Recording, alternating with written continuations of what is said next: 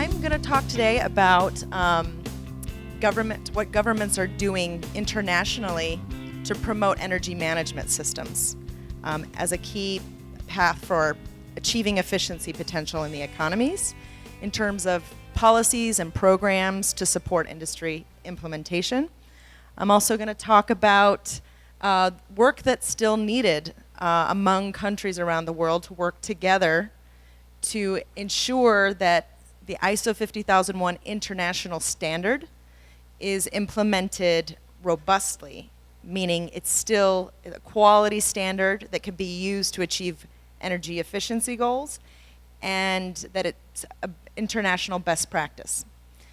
And the last thing I'm going to talk about is cooperation on a specific strategy, which is the process for evaluating and certifying organizations to the standard.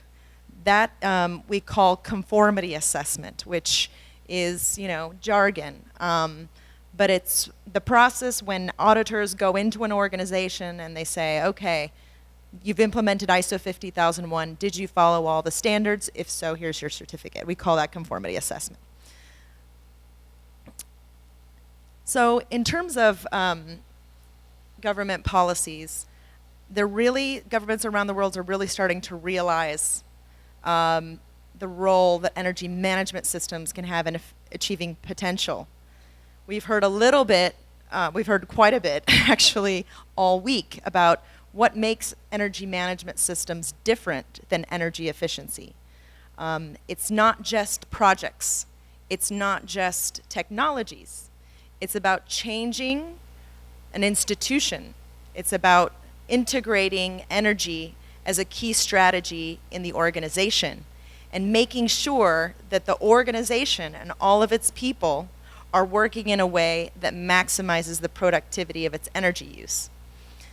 So the publication of the ISO 50001 standard in June of 2011 was really a great achievement, because now we have an international benchmark for how well companies are implementing energy management systems. And we have the ability now to compare how countries are doing among each other in terms of implementing ISO 50001 and achieving savings. The ISO 50001 standard is built on best practices that have been in place in countries around the world for 20, 30 years. Japan has a long-standing program, Ireland, countries in Europe, and these countries came together, over 50 plus countries, to put their best practices on the table and created a standard. So this is really a huge achievement. The ways that governments are promoting energy management in policies, they do so in a number of ways. They're either very specifically talking about ISO 50001, or they're talking about energy management systems in general, or energy management principles. They could be targeting different sectors. Most programs are focused on large energy users, specifically industrial sector. But the ISO 50001 standard applies to all organizations that use energy, including buildings, and including public sector organizations like hospitals and universities and the federal government. So these are all tools that organizations that use energy can be applied to. But mostly today, energy management systems, governments are promoting that for their large energy users. There are also programs differ in terms of the structure of the policy. Is it a regulation? Is it a requirement? Is it voluntary? Are there incentives? So there's a lot of different ways that you can structure your national program to encourage implementation of the standard. The other elements that are usually a part of government programs are the supporting measures. Just a little bit on the supporting measures. No matter what policy framework you have, whether it's a regulation or a voluntary program, supporting measures are needed to help industry implement the standard, gain the knowledge necessary to implement it successfully and achieve savings. So in addition to the incentives that will help them offset the costs of implementing the standards, there's real technical assistance and expertise needed that the government needs to provide, whether through consultants or other partners, to help and work with industry, pilot the standard, and be available to help industry implement. It's also training. You have to build that expertise first. So creating the certification programs, the training programs, working with those organizations to deliver those trainings and certifications is a critical element. Then there's obviously the information and knowledge sharing. Who has actually read the ISO 50001 standards? You guys helped write the standard, so good, very good. we got a practitioner who's read the standards. That's great. They're very, it's clear what it makes a requirement, but in terms of what exactly a company can do to translate that requirement into action, there's room for interpretation. So governments can really help by working with professionals to create tools and guides to translate the standard into practical application strategies. So those are also very critical.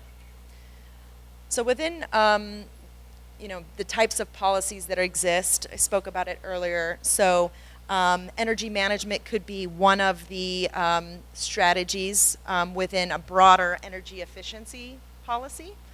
There could be just a mandatory regulation that is specific to energy management, and there's a voluntary program. I'll just give you some examples of around the world.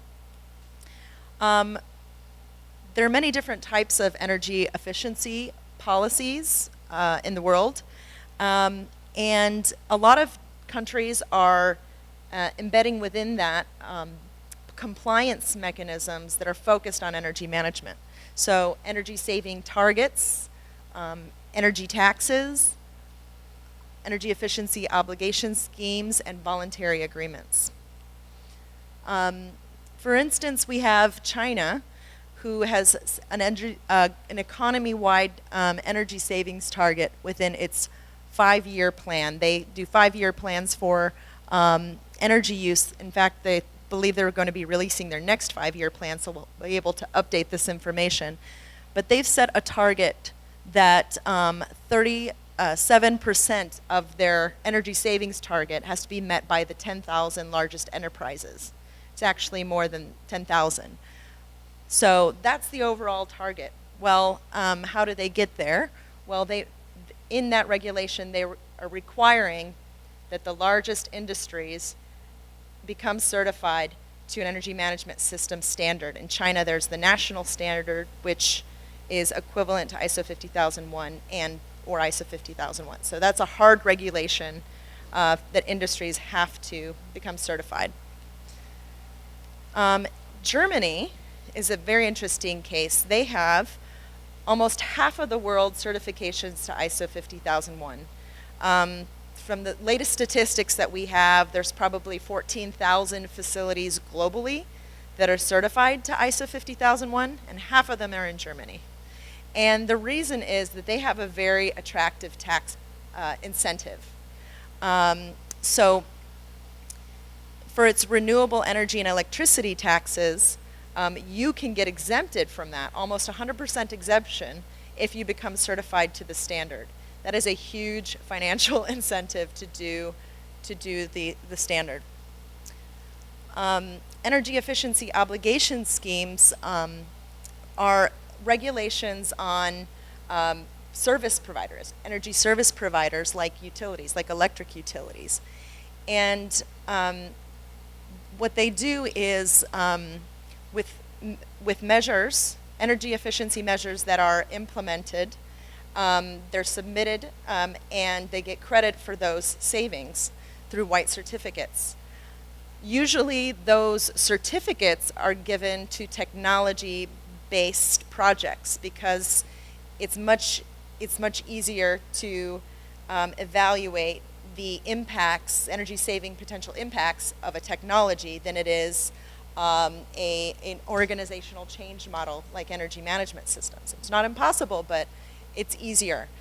But what France did to kind of overcome that is that for energy efficiency projects that were implemented as a part of an ISO 50001 action plan, they get double the certificates. So it not only incentivizes the project, it incentivizes having the system in place, certified system.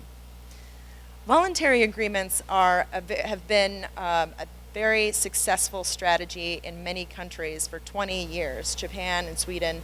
And essentially what agreements are is that it's voluntary to join this government-led effort with the private sector. But once you join, you are actually committing yourself to meeting an energy savings target. In exchange for making that commitment, you actually receive services. You receive technical assistance, training, and other help from the government and the consultants working with the government to actually implement a successful energy management system or energy efficiency strategy to achieve that target. So Sweden's program, they have a voluntary program, and 90% of their most energy intensive using facilities and companies signed up voluntarily for this program and committed themselves to meeting energy targets. And as a part of that, they are implementing and being certified to ISO 50001. Now this program ended a couple of years ago, but it's looking to be renewed.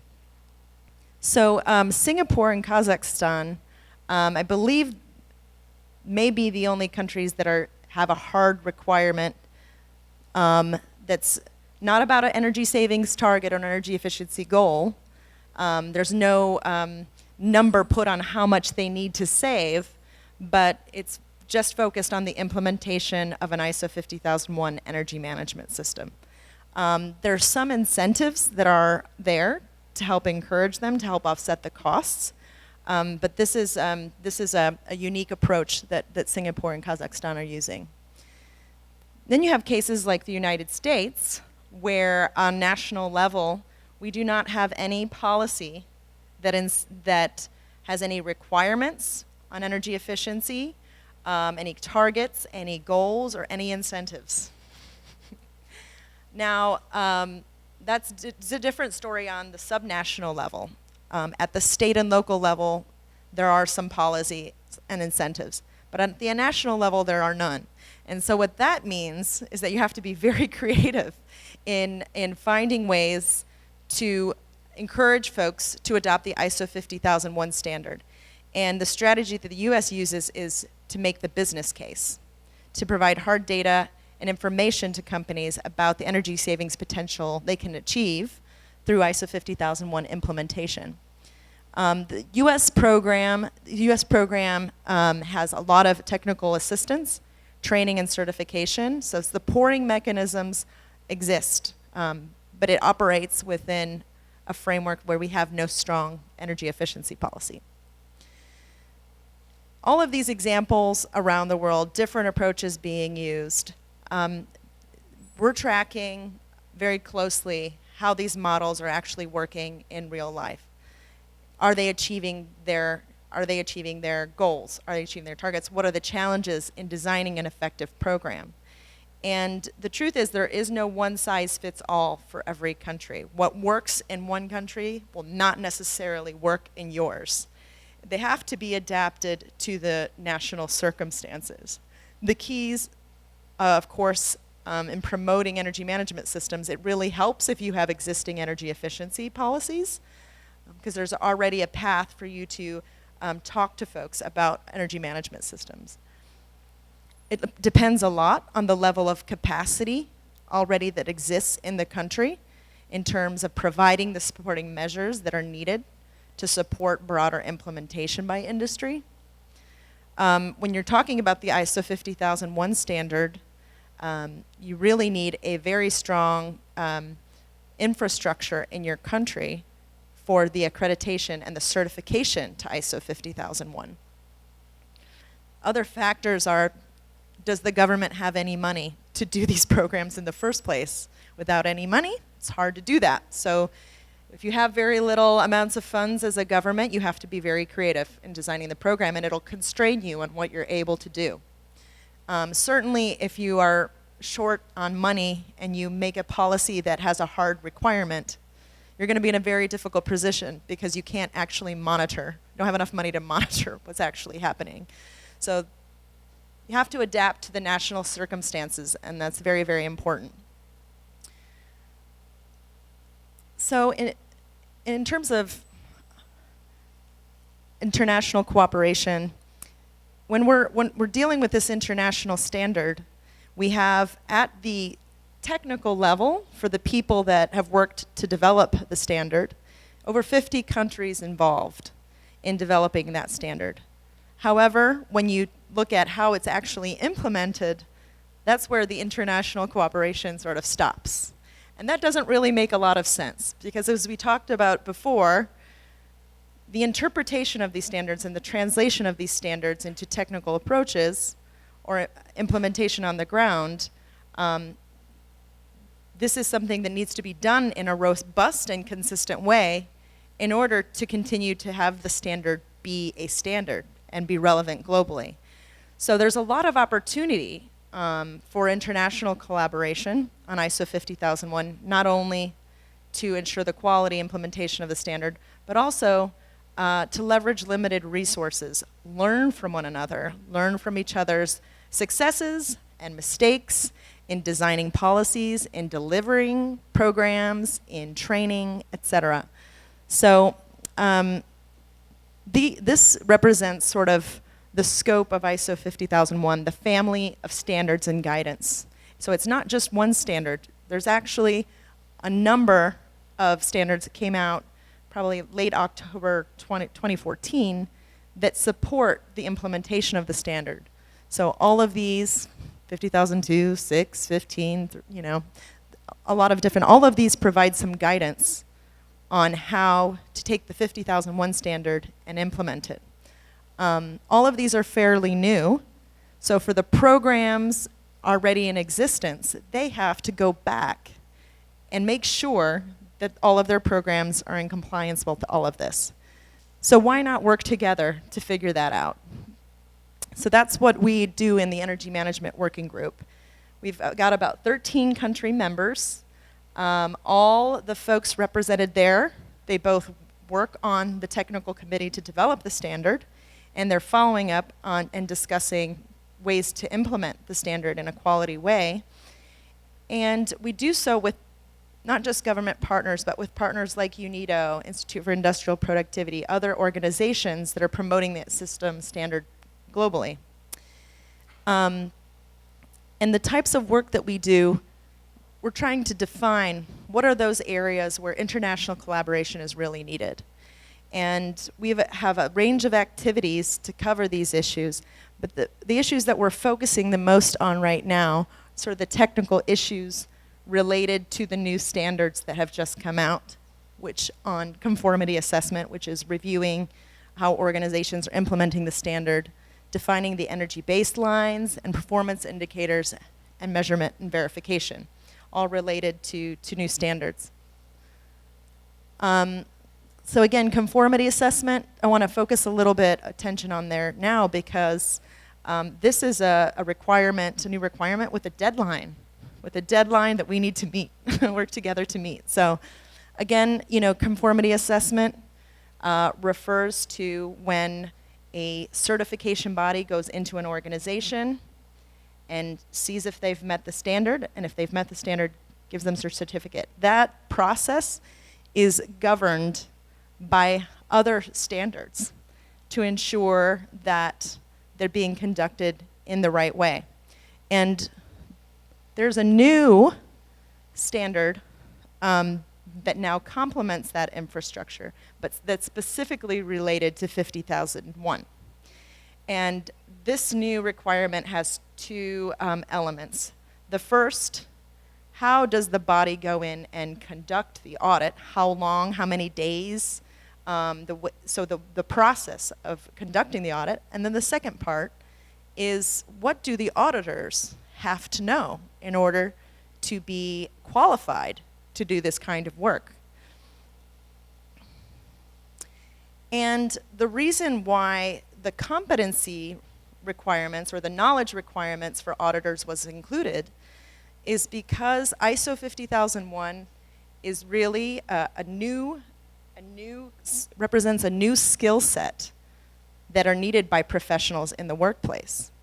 There are a lot of really good technical experts that are working on energy efficiency globally. There are a lot of really good management system, organizational change experts working on organizational improvement globally. There are few people that have both of these skills and experiences. So all of the governments around the world, it doesn't matter which country you're in, all of them have this challenge because we need to train and certify people that know both of these skill sets. And it's not just the auditors that are doing the certifications, but the people helping the industries and even the folks within the facility themselves. So this is a very important skill set that's needed. And 50003 makes it very, very explicit that the auditing community, the people providing the certifications, must prove that they have these skills. So I talked about that deadline earlier. So all of the countries in the world that are promoting ISO 50001 have to solve this issue by October 2017. And the idea is, instead of doing this by ourselves, why don't we work internationally as a group? Obviously, as we mentioned, each country is different, but what can we do in coordination that will ensure that a certification in Colombia is equal to a certification in Germany is equal to a certification in Canada? So there are a lot of things that we can do together to do that. One of the things that we've done in the energy management group is actually designed a certification program for auditors. So we know that, so for instance, we've done this with a number of countries that you see listed here, along with UNIDO. And just to give you an idea, you can't see this or can't read it, but when you get the slides, you'll be able to read it. But essentially, all of these things on the left-hand side are the competency requirements in the standard. And so those are the things that we put into the auditing, into the certification program. So we're trying to make sure that it's a program that complies. And what we also did was designed it so a country can implement it. There's a number of different options. So one of these options we hope will work for countries that are looking for a solution.